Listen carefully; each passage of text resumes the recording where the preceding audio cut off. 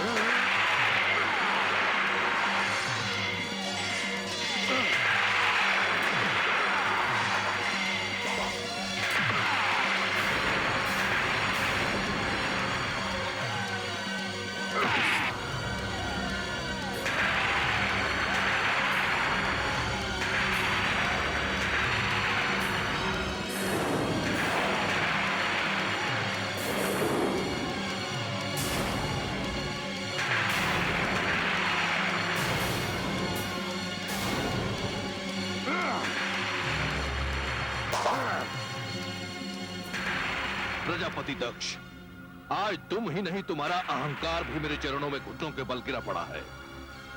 नियमानुसार तुम्हारा वध करना उचित नहीं है, परंतु तुम इतने नीच हो कि तुम्हारा वध करना पाप नहीं पुण्य है।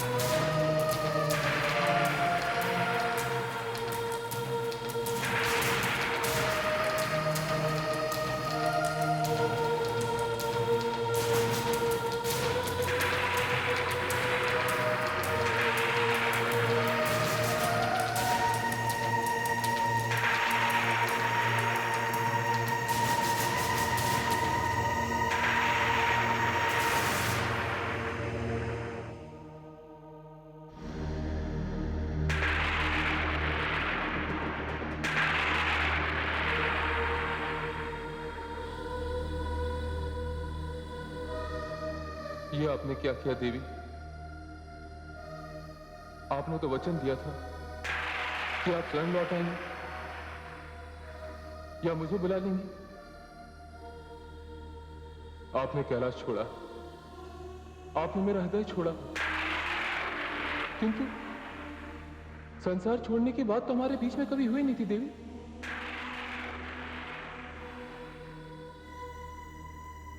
आपने अपने पति के सम्मान को अपने प्राणों से भी अधिक मूल्यवान बना दिया और यज्ञ कुंड में कूदकर अपने प्राणों की आहुति दे दी। आपको जो मेरे लिए करना था वो तो आपने कर लिया देवी, किंतु अब मैं क्या करूं? अब मेरे वश में रह ही क्या गया है देवी?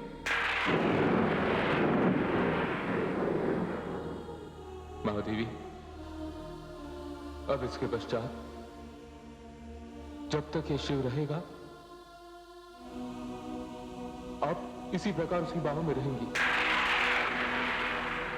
आपके त्याग, आपकी श्रद्धा को यही मेरी श्रद्धांजलि है। और इसके अतिरिक्त मैं भी कह सकता हूं महादेवी, जब आपके पिताश्री ने मुझे निर्धन कहा था तब मैं निर्धन नहीं था, किंतु आज ये शिव अपनी शक्ति के बिना निर्धन हो गया है देवी। और मेरी बाहों में जो शेष है उसे मैं सदा अपने समीप रखूंगा, उसका कभी त्याग नहीं करूंगा।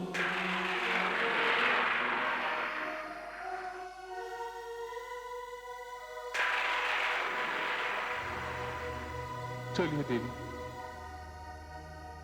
मैं इस वातावरण से आपको दूर ले जाता हूं।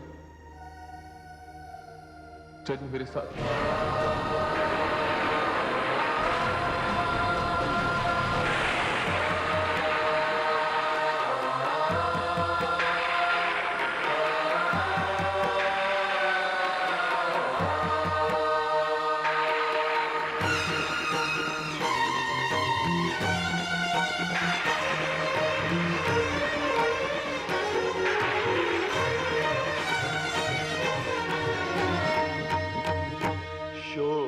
इतना बढ़ा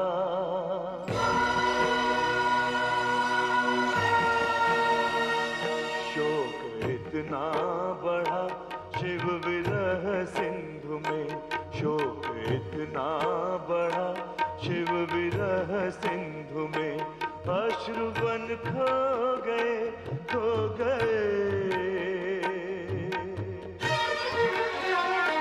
शक्ति क्या छिन गई, शिव तो शिव थे मगर शक्ति क्या छिन गई, शिव तो शिव थे मगर शिव से शब हो गए, शिव से शब हो गए, शिव से शब हो गए।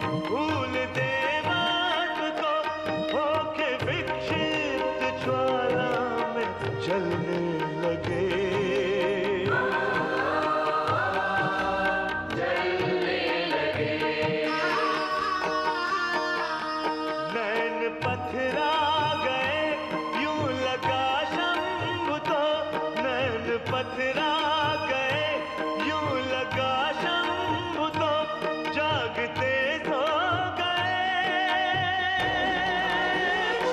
जागते सो गए,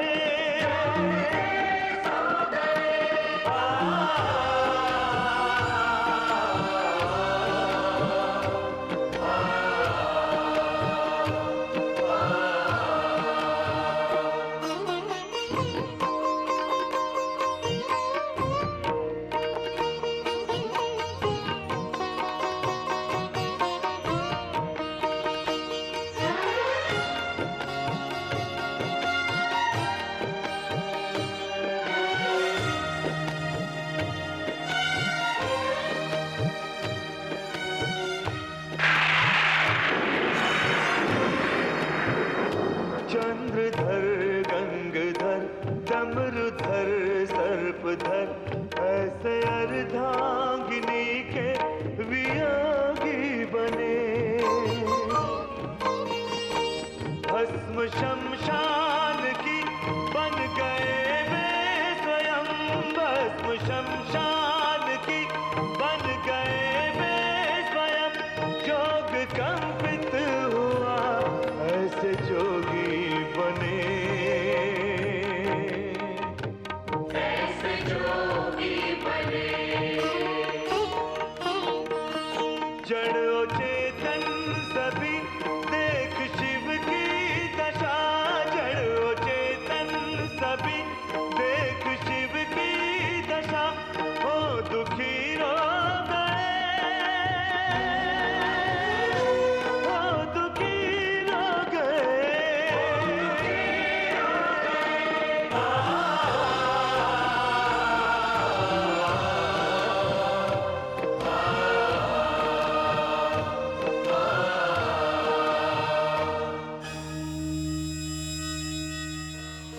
हे देवी परमेश्वरी, आपने सत्य कहा था। जगदम्बे, ये रहस्य अब मेरी समझ में आया। आपने जिस प्रकार पुरुष और स्त्री के जोड़ों की व्याख्या की, आपने जिस प्रकार नारी और पुरुष के संबंध की रचना की, और जिस उद्देश्य के लिए सती का जन्म हुआ, उसने तो अपने प्राणों की आहुति देकर यह सिद्ध कर दिया कि एक पत्नी की दृष्टि में पति का क्या सम्मान होता है।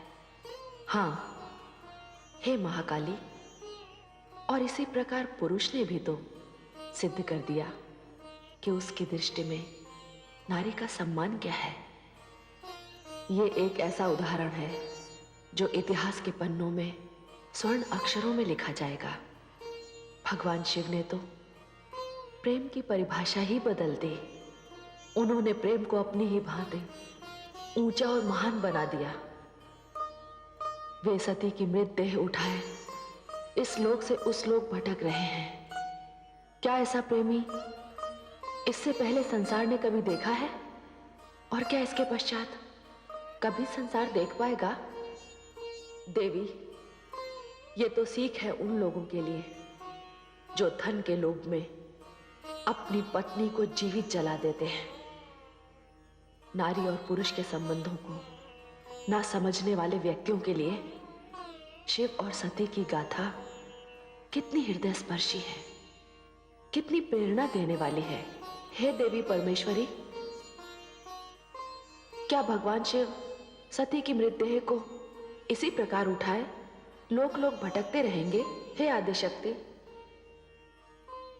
यदि संबंधों की दृष्टि से देखा जाए तो ये एक महान उदाहरण है, किंतु हे परमेश्वरी, इसे तो रोकना होगा, नहीं तो जीवन का क्रम आगे कैसे चलेगा? आपने सत्य कहा महादेवी, मुझे इसका कोई ना कोई उपाय तो सोचना ही होगा। मुझे शिव से गौरी की मृतदेह को अलग करना पड़ेगा, क्योंकि जब तक गौरी शिव से अलग नहीं होगी उसका दूसरा जन्म नहीं होगा। और यह भी सत्य है कि शिव से शक्ति को अधिक समय तक दूर नहीं रखा जा सकता। हे महादेवियों, मैं विष्णु लोक जा रही हूं, क्योंकि इस समस्या का समाधान अब केवल भगवान विष्णु ही कर सकते हैं।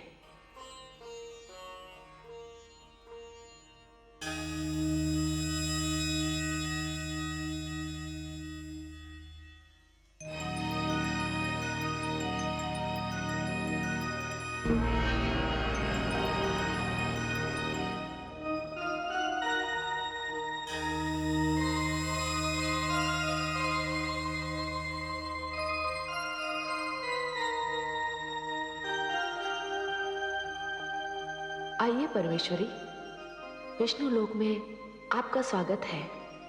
मैं विष्णु प्रिया आपका स्वागत करती हूँ। आज्ञा दीजिए, आपने कैसे कष्ट किया? हे देवी, मैं तुम्हारे द्वारा भगवान श्री विष्णु के मन में यह विचार देने आई हूं कि उन्हें थोड़ी देर के लिए अपनी योग निद्रा तोड़नी होगी और देवाधिदेव महादेव भगवान शिव की ओर देखना होगा। हे आदिशक्ति परमेश्वरी, सती का इस प्रकार अंत एवं देवाधिदेव महादेव की स्थिति देखकर मुझे भी रोमांच हो रहा है। हे देवी, मैं भी यही कहने आई हूं कि आप पद्मनाभ को जगाइए और उनसे कहिए कि वे भगवान शिव से गौरी की मृतदेह को अलग करने का उपाय करें। जैसी आपकी आज्ञा आदिशक्ति परमेश्वरी।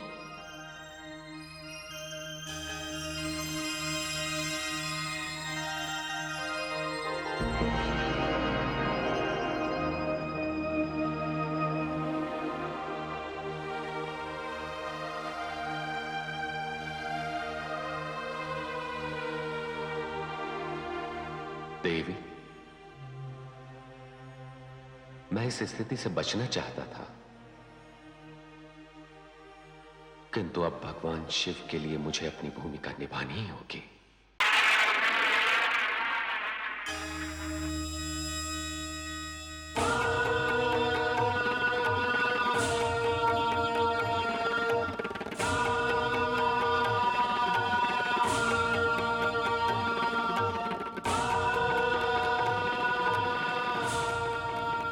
हे सुदर्शन, शक्ति तो शक्ति होती है, वो साकार भी होती है, निराकार भी होती है, पर तुम्हें बड़ी सतर्कता के साथ भगवान शिव की बाहों से शक्ति के कई भाग करने हैं, वो भी इस प्रकार कि भगवान शिव को उसका आभास तक न हो।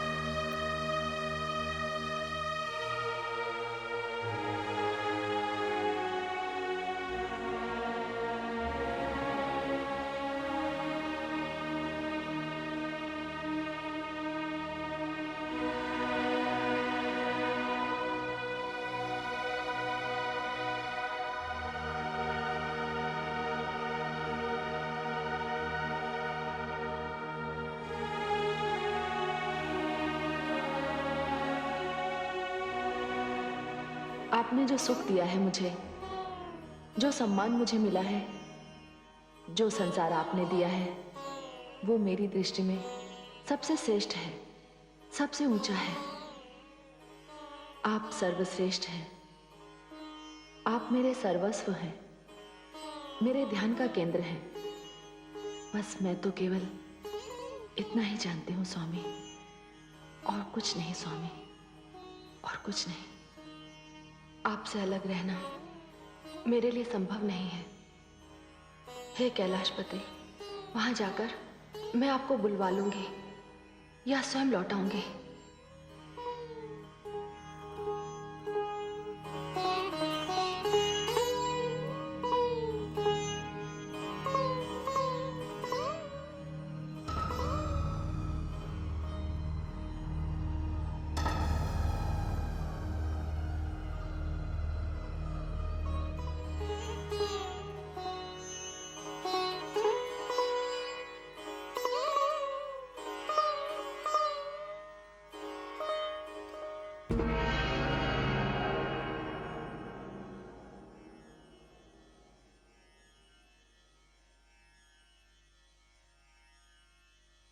प्रणाम पिताश्री। आपने तो मुझे आश्वासन दिया था और उन्हें भी आश्वासन दिया था, तो फिर ये सब क्या हो गया? पुत्रवधू, इस संसार में सबको कर्मफल भोगने पड़ते हैं। तुमने सत्य कहा। अभी तो दक्ष की आयु शेष है, उसे अपने अहंकार का दंड मिल चुका है, किंतु अब उसका वो पुराना मुख उसे वापस नहीं मिल सकता, क्योंकि उसका मुख तो शरीर से अलग होकर। तो क्या उनके प्राण कभी वापस नहीं आएंगे? दक्ष के प्राणों की लौ देवाधिदेव भगवान शिव की मुट्ठी में बंद है पुत्रवधू। किंतु भगवान शिव तो। नहीं पुत्रवधू, तुम जाओ, दक्ष के शव के पास प्रतीक्षा करो। मैं त्रिलोकीनाथ भगवान विष्णु को लेकर देवाधिदेव भगवान शिव के पास जाता हूं।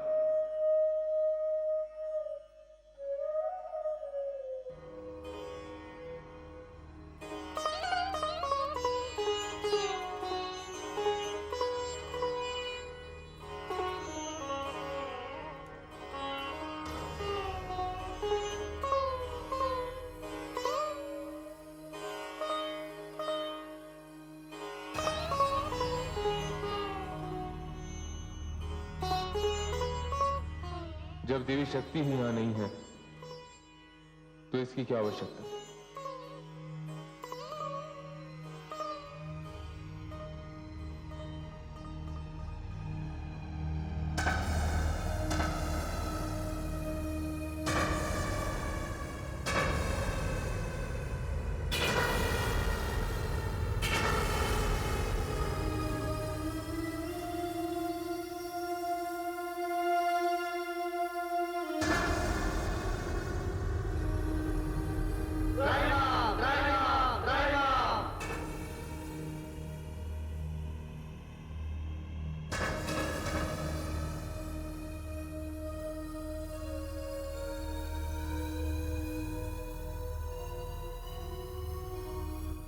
हे देवाधिदेव, जिस मनस्थिति में आप हैं, मैं साहस नहीं कर पा रहा हूं कि अपने हृदय की बात आपसे कह सकूं। हे आदि प्रजापति, होनी होकर रही, और आपका यहां पधारना भी उसी होनी का एक अंग है। लोग मुझे मंगल कारक कहते हैं, किंतु पीड़ा के इन क्षणों में मैं किसी के हृदय की बात ना सुनूं, ऐसा हो नहीं सकता। हे ब्रह्मा जी, आपके मन में जो कुछ है आप निसंकोच कहिए।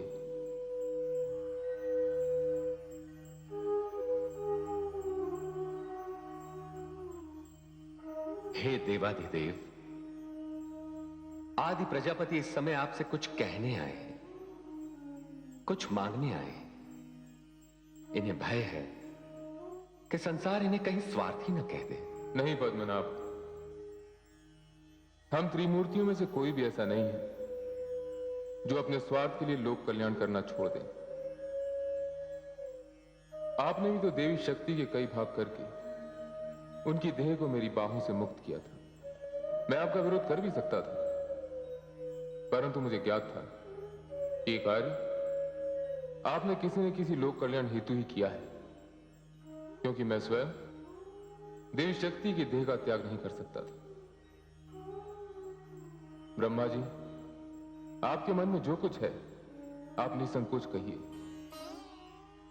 देवादिदेव, मैंने अपने पुत्र दक्ष को पुनर्जीवन का आश्वासन दिया था। यद्यपि वो तनिक भी क्षमा के योग्य नहीं है, तथापि यदि मेरे वचन की लाज रह जाए तो। हाँ, क्यों नहीं, कहां है उनके प्राण? देवादिदेव, आपकी क्रोध से भींची हुई मुट्ठी में है उसके प्राण।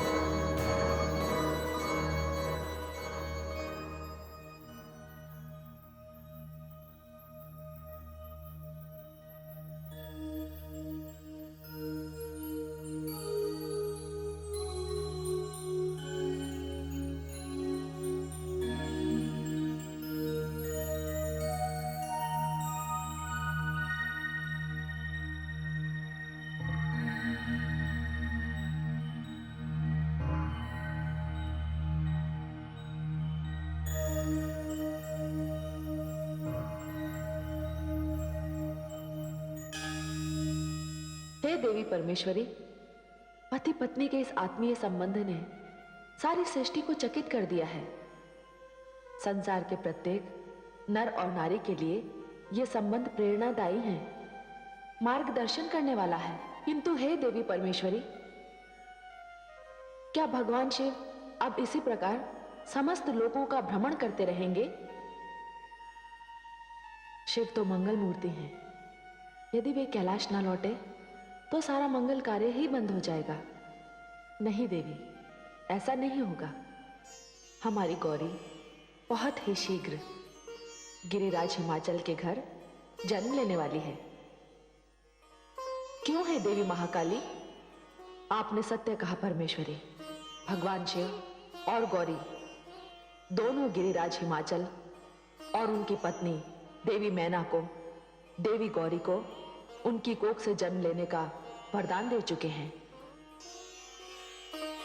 हे देवी परमेश्वरी, आपकी लीला अपरंपार है।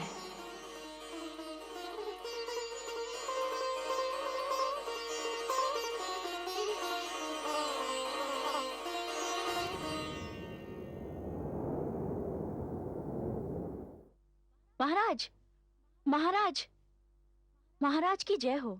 दासी, सब कुशल तो है? सब कुशल है महाराज, बधाई हो। महारानी मैना ने कन्या रत्न को जन्म दिया है। क्या? बधाई हो महाराज, बधाई हो। दासी, किंतु दाई माँ ने तो कहा था कि संतान के जन्म लेने में पूरा एक दिन और पूरी एक रात्रि का विलंब है। परंतु महाराज, चंद्रमा स्वयं आपकी गोद में आने को व्याकुल था। वो एक दिन पहले ही धरती पर उतर आया। हम अति प्रसन्न हुए। महामंत्री, दासी का आंचल मोतियों से भरवा दीजिए। महाराज की जय हो। दासी, महारानी से कहिएगा कि हम शीघ्र ही कक्ष में उपस्थित होंगे। जो आज्ञा महाराज। महामंत्री, पूरे नगर में मोतियों की वर्षा करवा दीजिए, क्योंकि ये हमारे जीवन का सबसे अधिक सुखद क्षण है। कन्या रत्न के लिए हमने भगवान शिव तथा माता सती से प्रार्थना की थी। ये संतान उन्हीं का वरदान है। ये बड़े ही हर्ष और प्रसन्नता का समाचार है कि देवी शक्ति ने गिरिराज हिमाचल के यहाँ जन्म लिया है। हम सब वहां वेश बदलकर उनके दर्शनों को जाएंगे।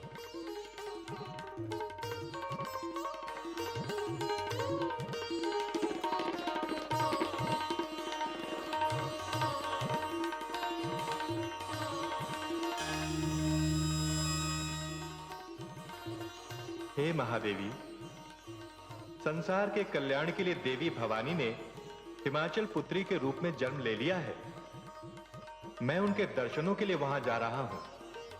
मैं आपकी ओर से भी उनको बधाई अवश्य दे दूंगा।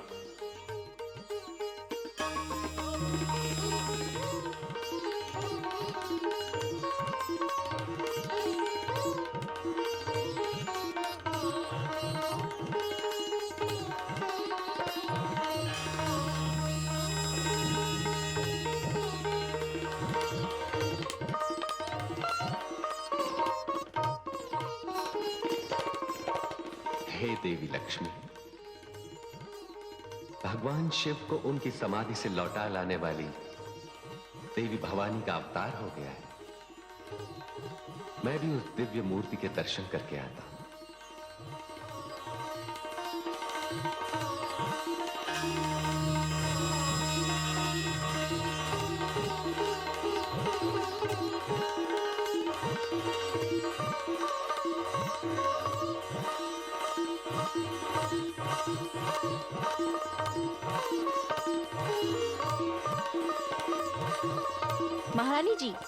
महारानी जी की जय हो।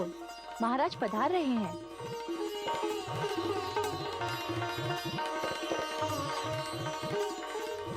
आप सबको भी बधाई हो। आज हम अति प्रसन्न हैं। आपको भी बधाई हो।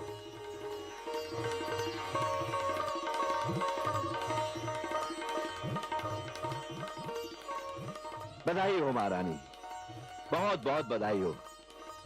आपको भी बधाई हो महाराज। अच्छा, तो ये है शरद ऋतु का चंद्रमा।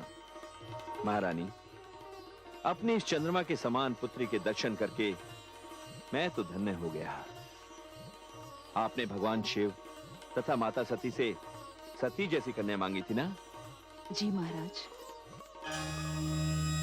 नारायण नारायण। देवर्षि नारद, प्रणाम देवर्षि, आपका स्वागत है। आइए। प्रणाम देवर्षि। आयुष्मति भव। देवर्षि नारद, कितने उचित समय पर आप यहां पधारे हैं। आपके दर्शन करके हम धन्य हो गए। नहीं पर्वतराज, धन्य तो मैं हो गया इनके दर्शन करके। पर्वत पुत्री पार्वती सौभाग्य का संपूर्ण संसार लेकर आपके घर में अवतरित हुई है।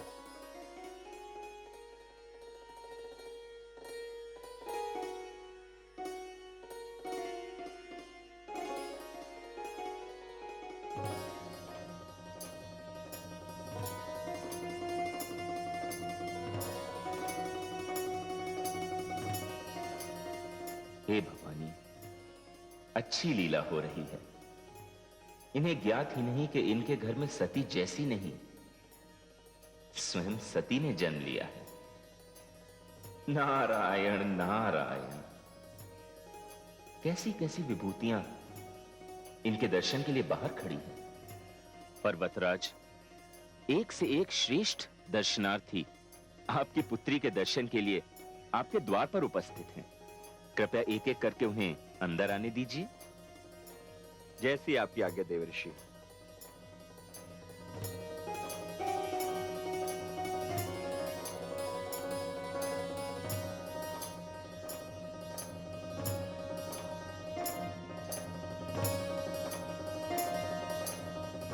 प्रणाम ऋषिवर। आयुष्मान भव। आपका स्वागत है। आइए।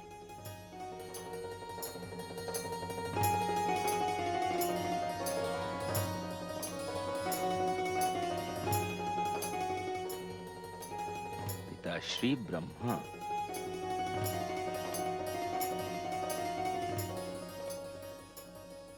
अभिनंदन पर्वत पुत्री।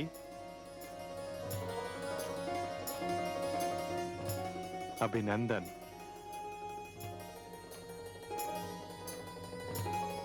आज्ञा दे महाराज। जैसे आपकी इच्छा। चलिए।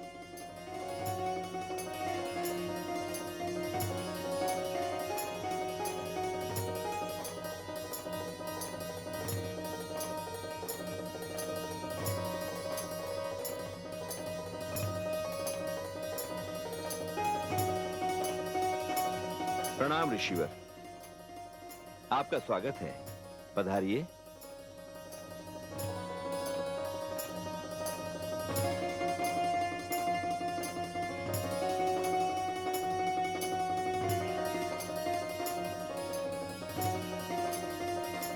नारायण, प्रणाम देवी।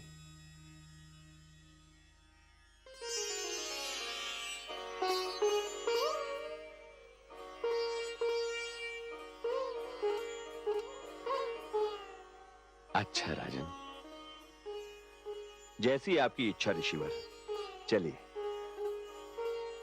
नारायण नारायण।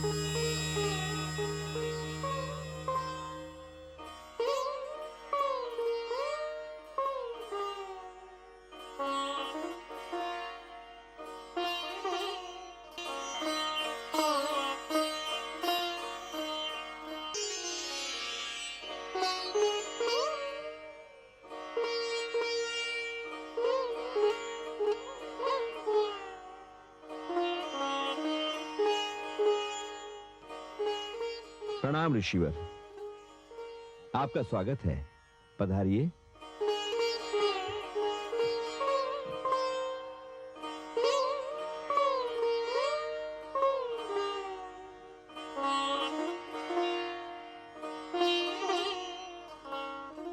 नारायण,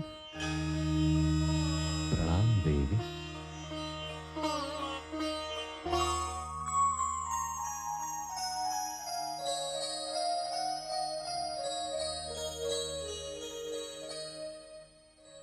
अच्छा राजन, जैसी आपकी इच्छा ऋषिवर, चलिए। नारायण नारायण।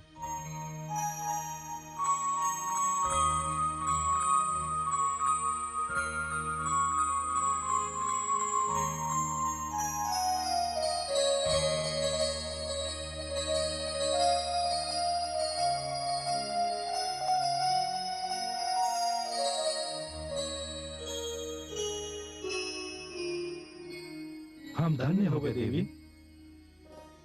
प्रणाम ऋषिवर। प्रणाम। अब आज्ञा दे राजन। जैसी आपकी इच्छा, प्रणाम। पर्वतराज, वैसे तो इन्हें देखने से अभी मन नहीं भरा, किंतु मुझे भी अब प्रस्थान तो करना ही पड़ेगा। ये कैसे हो सकता है देवर्षि? अतिथि अपनी इच्छा से आ तो सकता है, किंतु जा नहीं सकता। मेरे राज्य में सर्वत्र उत्सव मनाया जाएगा, मेरी पुत्री का नामकरण संस्कार होगा। आपको मेरी विनती स्वीकार कर रुकना ही होगा देवर्षि। जैसी देवी भवानी की इच्छा। मुझे भी देखना है, मुझे भी देखना है, देखना है, मुझे भी देखना है। आओ पुत्री, देखो। माताश्री, इसका नाम क्या रखा है? पुत्री, अभी इसका नाम नहीं रखा। देवर्षि नारद, ये मेरी बड़ी पुत्री गंगा है। हे गंगे, जब तक इसका नामकरण संस्कार नहीं हो जाता, तुम इसे पार्वती कह सकती हो। ये लो, देवर्षि नारद ने तो उसका नामकरण संस्कार भी कर दिया, पार्वती। आह, कैसा सुंदर नाम है। क्यों न हो, पर्वत की पुत्री पार्वती ही तो कहलाएगी। पार्वती। महाराज की जय हो। महाराज की जय हो। प्रसिद्ध ज्योतिषी महर्षि भृगु के शिष्य आनंद वृद्धि आए हैं। सैनिक, उन्हें अंदर सम्मान पूर्वक बिठाइए। जो आज्ञा महाराज। देवर्षि नारद, मुझे आज्ञा दीजिए। पार्वती आपका नाम है, पार्वती आपका नाम है।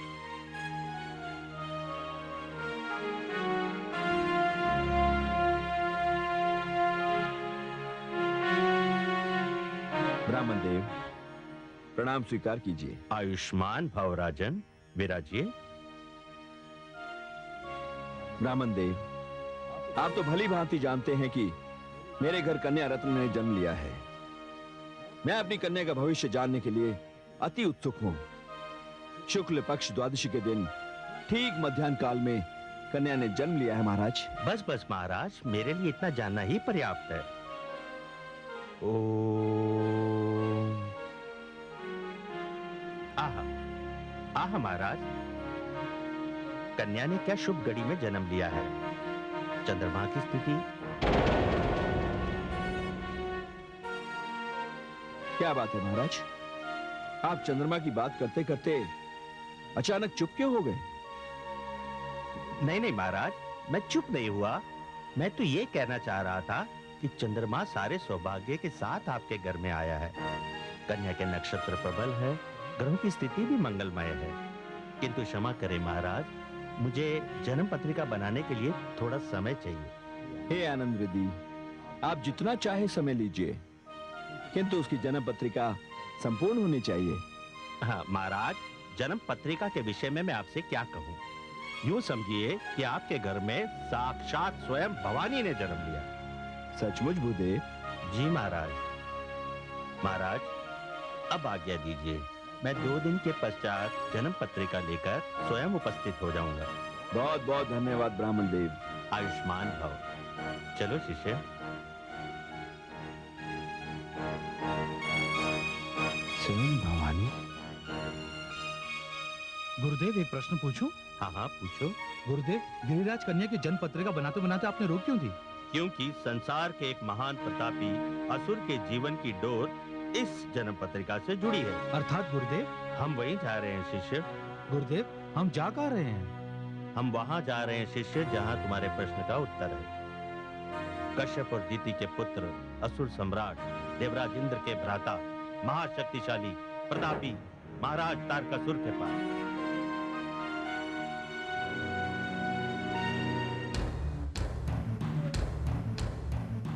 असुरलोक नरेश, महाशक्तिशाली प्रचंड प्रतापी वज्रांग पुत्र महाराज तारकासुर पधार रहे हैं।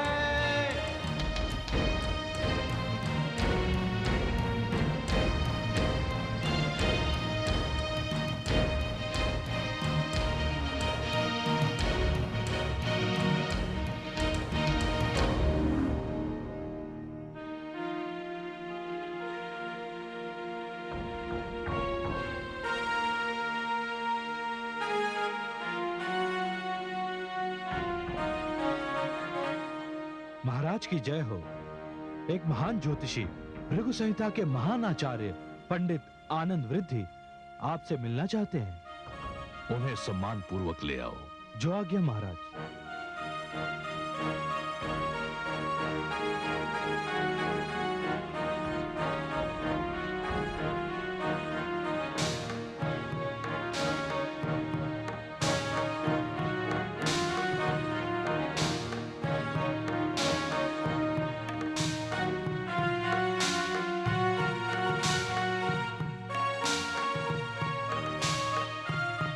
प्रणाम विप्रदेव। आयुष्मान भव। कहिए ब्राह्मण देव, नियम के अनुसार तो आपको असुरों के पास नहीं, देवताओं के पास जाना चाहिए। महाराज, मैं एक ज्योतिषी हूँ और नियम के अनुसार मुझे जहाँ आना चाहिए मैं वहीं आया हूँ। तो यहाँ आने का कोई विशेष कारण होगा? आपका कथन सत्य है महाराज। क्या कारण है? महाराज, कल मैं पर्वतराज हिमालय की नवजात कन्या की जन्म पत्रिका बना रहा था। मैंने जन्म कुंडली में स्पष्ट देखा कि पर्वतराज की एक कन्या आपका काल बनकर अवतरित हुई है। अर्थात महाराज, ये कन्या आपकी मृत्यु का कारण बन सकती है। आप ज्योतिषी हैं, इसलिए आपका सम्मान करते हैं हम। कदाचित आप महाराज तारकासुर के प्रताप से परिचित नहीं हैं। मैं जानता हूँ महामंत्री, भली भांति जानता हूँ। महाराज तारकासुर की महिमा के आगे मैं नतमस्तक हूँ। उनकी वीरता, उनकी नीतियों का मैं प्रशंसक हूँ। इसीलिए तो उन्हें काल से बचाने के लिए मैं यहाँ आया हूँ। ये मैं नहीं, मेरी ज्योतिष विद्या कह रही है। ज्योतिषाचार्य जी, मैं आपके इन वचनों पर तनिक भी विश्वास नहीं करता। कहते हैं भाग्य को रचने वाला ब्रह्मा होता है, फिर आप ब्रह्मा का लेख कैसे पढ़ सकते हैं जो हर किसी के मस्तक पर किसी अदृश्य भाषा में लिखा होता है? क्षमा कीजिए महाराज, इसी विद्या को तो ज्योतिष विद्या कहते हैं और मुझे अपने ज्ञान पर पूर्ण विश्वास है। किंतु मैं विश्वास नहीं करता। क्या आप मुझे कोई प्रमाण दे सकते हैं जिससे मैं आपकी इस बात पर विश्वास कर सकूं? अवश्य महाराज। पर इतना ध्यान रखना ब्राह्मण देव कि यदि आप मुझे विश्वास नहीं दिला सके तो इसका परिणाम मृत्युदंड भी हो सकता है। मुझे स्वीकार है महाराज। तो दीजिए प्रमाण। तो सुनिए महाराज, मैं अपने ज्योतिष ज्ञान के आधार पर आपको वो बात बताने जा रहा हूं जिसे केवल आप जानते हैं और कोई नहीं।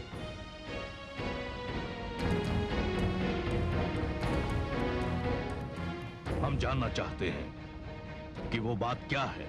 वो बात यह है महाराज कि ब्रह्मा जी ने आपको वरदान दिया था कि आपकी मृत्यु भगवान शिव के पुत्र द्वारा ही होगी और वो पुत्र 7 माह का होगा। क्यों महाराज, मेरी बात सत्य है ना? हाँ ब्राह्मण देवता, ये बिल्कुल सत्य है। आपके प्रति मेरे मुख से जो भी शब्द निकले हैं उसके लिए मैं क्षमा चाहता हूं। आप सचमुच विद्वान हैं, महान ज्योतिषी हैं। आपने जो कुछ भी कहा वो अक्षरशः सत्य है। ब्रह्मा जी ने मुझे यही वरदान दिया है कि शिव का 7 मास का पुत्र ही मुझे मार सकता है। किंतु सारा संसार यह भी जानता है कि सती के आत्मदाह के पश्चात भगवान शिव जिस प्रकार समाधि में लीन है, उन्हें इस स्थिति से बाहर निकालकर फिर से सांसारिक बनाना कठिन ही नहीं, असंभव है। और भगवान शिव के पुत्र तभी होगा ना जब वो पुनः विवाह करेंगे। महाराज, मेरा ज्योतिष ज्ञान ये कहता है कि पर्वतराज की पुत्री पार्वती ही भगवान शिव को इस स्थिति से बाहर लाएगी और उन्हें सांसारिक आकर्षण की प्रेरणा देगी। पर्वतराज की यही पुत्री भगवान शिव की अर्धांगिनी बनेगी और इन्हीं का ही पुत्र। बस बस ब्राह्मण देवता, आप क्या चाहते हैं कि मैं इतना महान वीर पराक्रमी सम्राट तारकासुर स्वयं जाकर उस नवजात नन्ही सी बालिका का अपने हाथों से वध कर दूं? महाराज, जब तक आपके लिए प्राण न्यौछावर करने वाला आपका यह सेवक उपस्थित है, तब तक आपको किसी प्रकार का कष्ट उठाने की कोई आवश्यकता नहीं है। आप मुझे आज्ञा दीजिए महाराज। वो नन्ही बालिका मुझे देखते ही भय से अपने प्राण त्याग देगी। मेरा नाम अंधक है, अंधक। मुझे देखते ही लोग अंधे हो जाते हैं। ठीक है अंधक, तुम जाओ और उस बालिका को समाप्त कर दो और आनंद वृद्धि की इस चिंता को सदैव के लिए समाप्त कर दो। जो आज्ञा महाराज।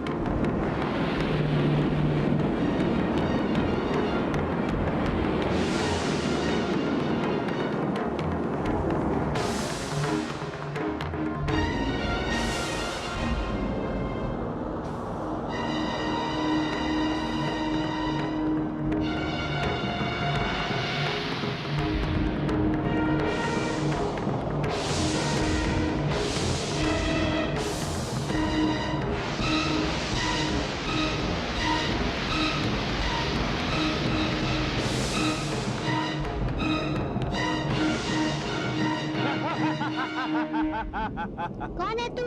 मैं दैत्य अंधक हूँ। क्या तेरा ही नाम पार्वती है? नहीं, मेरा नाम गंगा है। ये है मेरी बहन पार्वती। जा, चली जा यहाँ से तू। भाग जा यहाँ से। क्यों? क्यों मैं भाग जाऊँ? यदि मैं तेरे सामने इसका वध करूंगा तो तू डर जाएगी, इसलिए तू चली जा यहाँ से। नहीं, मैं अपनी बहन को छोड़कर नहीं जाऊंगी। कितना डरावना है, बच्चे को देख के डर जाएंगे। इसका अर्थ ये हुआ तू यहाँ से नहीं जाएगी? नहीं। अच्छा। अच्छा।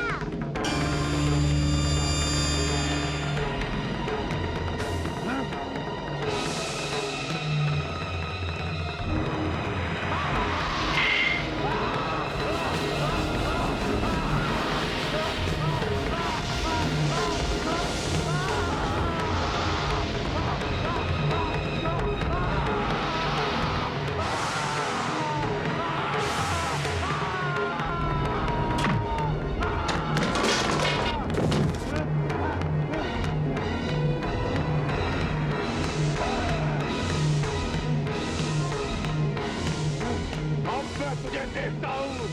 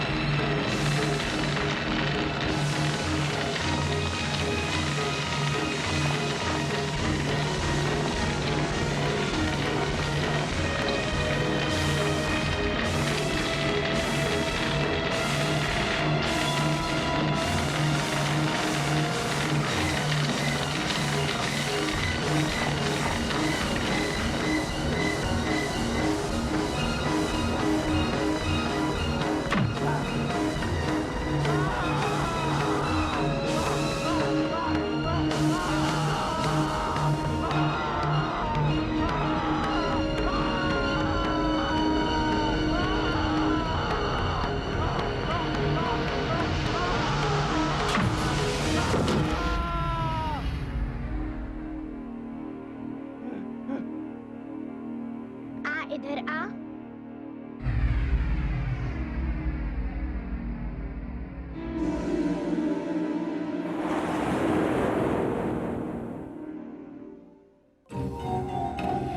असुरलोक नरेश, महाशक्तिशाली, प्रचंड प्रतापी, वज्रांग पुत्र महाराज तारकासुर पधार रहे हैं।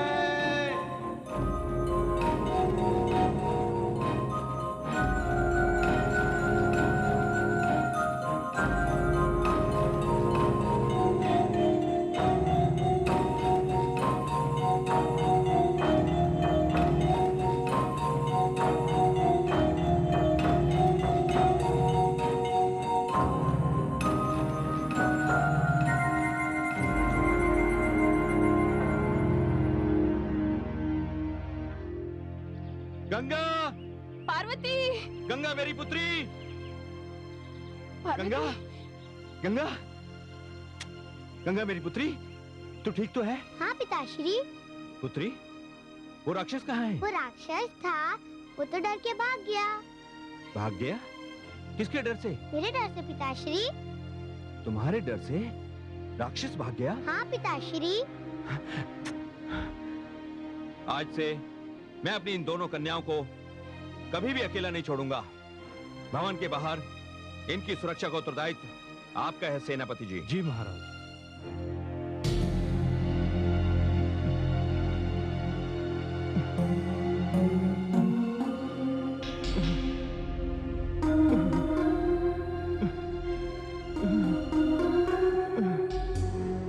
प्रणाम महाराज। ये क्या हुआ अंधक? उस कन्या का वध करने में तुम्हें इतनी चोटें आई अंधक? नहीं सेनापति जी, उस कन्या तक तो मैं पहुंच ही नहीं सका। क्या? हाँ सेनापति जी, उस कन्या के पालने के पास उसकी बड़ी बहन गंगा खड़ी थी। जब मैं उस कन्या का वध करने आगे बढ़ा तो पहले मुझे गंगा का सामना करना पड़ा और उसने मेरी सारी मायावी शक्तियों को समाप्त कर दिया महाराज। ये तुम क्या कह रहे हो अंधक? हाँ, मैं सत्य कह रहा हूँ महाराज। वो मेरी ओर आगे बढ़ी तो ऐसा लगा जैसे कोई महासमुद्र मेरी ओर बढ़ रहा है, और उस समुद्र ने मुझे इतनी दूर फेंका कि मैं एक वृक्ष से जा टकराया, और आगे की जो दशा है वो आपके सामने है महाराज। नहीं, ये संभव नहीं। अंधक, इस पराजय का विलाप करने से अच्छा था कि यहाँ ना आकर तूने वही आत्महत्या कर ली होती। महाराज नहीं, मैं तुझ जैसे कायर का महाराज नहीं कहलाना चाहता।